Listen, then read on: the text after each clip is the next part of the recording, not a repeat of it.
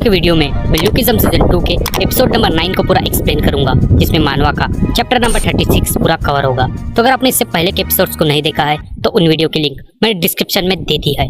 तो पिछले चैप्टर में हमने देखा था कि उजिंग के गैंग से निपटने हमारा जैक, वास्को और डेनियल जियान स्टेशन की ओर निकलती है। उसके बाद हम देखती है कि ये सब जियान स्टेशन पहुंच भी जाती है, लेकिन अभी उजिंग के गैंग से मीटिंग करने इनके पास काफी ज्यादा समय बचा था, इसलिए ये सब सोचती है कि ये कैफे में जाएगी। हम देखते हैं कि कैफे में हमेशा की तरह हमारे डेनियल की सारी लड़कियां तारीफ करने लगती है। वो सारी लड़कियां बस डेनियल की तरफ देख के उसकी बातें करने लगती है। कुछ लड़कियां तो ये भी कहती है कि वो देखो वो लड़का कितना ज्यादा हैंडसम है, लेकिन इसके ड्रेस से लगता है कि ये इस एरिया का तो बिल्कुल भी नहीं है। तभी हम देखते हैं कि इनके बगल में 3 बदमाश लोंडे भी बैठे होती है, जो डेनियल, वास्को और जैक की तरफ काफी अजीब नजरों से देख रही होती है।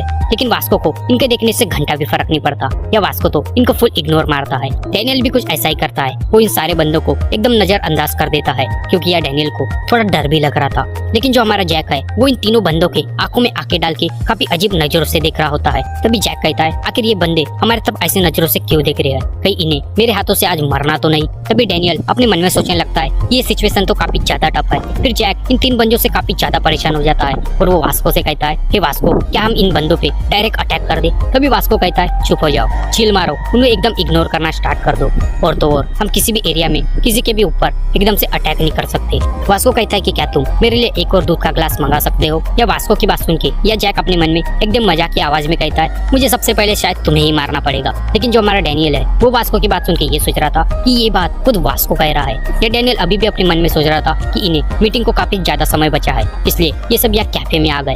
ऊपर से ये एक अनजान एरिया में है, और तो और ये सब अकेले है। फिर हम देखते हैं कि हमारे जैक की नजर कैफे के बाहर में जाती है, जहाँ उसे मिरर में यूई, मीरा और नेम्सू नजर आती है। या यूई मीरा से कहती है कि अभी भी जैक का फोन बंद ही आ रहा है। तभी मीरा कहती है, मैं तो यह बुक खरीदने आई थी, लेकिन तुम टेंशन मत लो, मैं तुम्हारी जैक को ढूंढने में जरूर मदद करूंगी। और ये हमारा नेम्सू कह रहा था कि मुझे अभी भी घर जाना है, क्योंकि नेम्सू ने इस एरिया में मार खा ली है। हम देखते कि इन सबको देख हमारा जैक थोड़ा सोच में पड़ जाता है और अपने मन में कहता है, आखिर ये सब यहाँ पे क्या कर रहे हैं? तभी जैक अपनी जगह से उठता है और वास्को और डेनियल से कहता है, तुम सब यही रुक जाओ, मैं थोड़ी देर में आता हूँ। फिर जैक यूई, मीरा और नेम्सू को पीछे से आवाज मारता है। फिर ये सब पीछे पलट के देखती है। हम देखते कि यूई जैक को देख के काफी ज्यादा खुश हो जाती है, क्योंकि यह यूई को लग रहा था कि जैक ने शायद उसे आवाज मारी है। लेकिन जैक सीधा मीरा के हाथों को पकड़ लेता है और मीरा से कहता है, आखिर तुम यहाँ पे क्या कर रही हो? या यूई बीच में जैक से बात करने की कोशिश करती है, लेकिन जैक उसकी बातों को एकदम इग्नोर मार देता है। तभी यूई जैक से कहती है, हे जैक, क्या तुम्हारा काम खत्म होने के बाद क्या तुम हमारे साथ कैरियोके चलोगे? लेकिन जैक यूई की बातों पे ज्यादा ध्यान नहीं देता।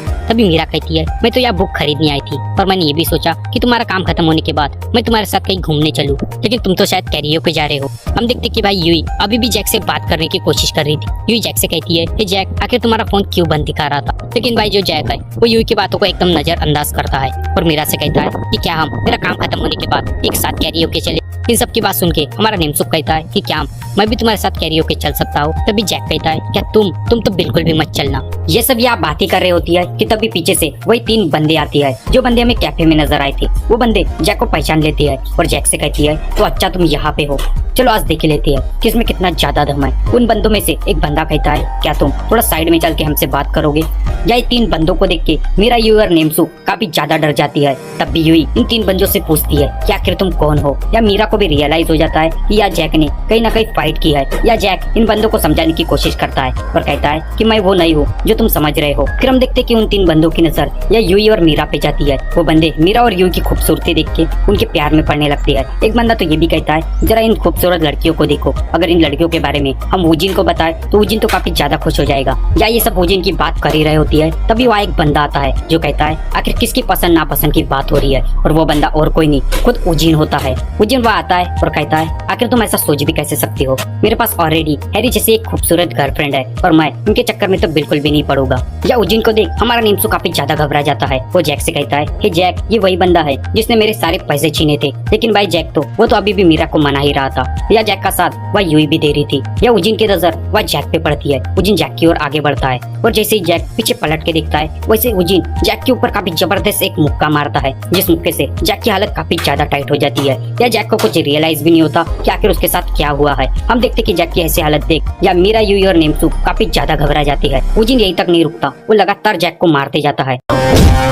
और फाइनली वो जैक को धोखे से डिफीट भी कर देता है। फिर हम देखते हैं कि उजिन की नजर नेम्सू पे पड़ती है। यह उजिन समझ जाता है कि इस बंदे को शायद नेम्सू ने ही बुलाया है। उजिन नेम्सू से कहता है तो अच्छा ये तुम्हारा दोस्त है, मतलब तुम उससे बदला लेने इस बंदे को लाए थे। जैक की ऐसी हालत देख मीरा तो रोने लगती है। वो उजिन के ऊपर पत्थर से अटैक करती है, लेकिन उजिन उस अटैक को काफी आराम से डॉज कर लेता है। जब मीरा को देख उजिन अपने मन में सोचने लगता है ये लड़की तो काफी ज्यादा अच्छी है, अगर मेरे साथ आज यह हैरी नहीं होती तो मैं इनके भी मजे ले पाता। या मीरा जैक के पास रोके पुलिस पुलिस चिल्लाने लगती है और उजिन से कहती है तुम काफी ज्यादा बुरे हो, तुमने उसे बिना मतलब के मारा, रुको मैं अभी पुलिस के पास कंप्लेंट करने जाती हूँ। फिर उजिन यहाँ से जाने लगता है और कहता है अगली बार से तुम मुझे इस एरिया में नजर मत आना। उजिन जाते जाते ये भी कहता है अगर तुमने पुलिस के पास कंप्लेंट करने की कोशिश की तो याद रखना मुझे उस बंदे का नाम, एड्रेस और नंबर सब कुछ पता है। और यह उजिन नेम्सू की बात कर रहा था। या जैक की ऐसी हालत देख मीरा और यूई जैक को उठाने की कोशिश करती है। या मीरा तो रोते रोते पुलिस चिल्लाती रहती है और कहती है या कोई चोर है, प्लीज हमें बचाओ।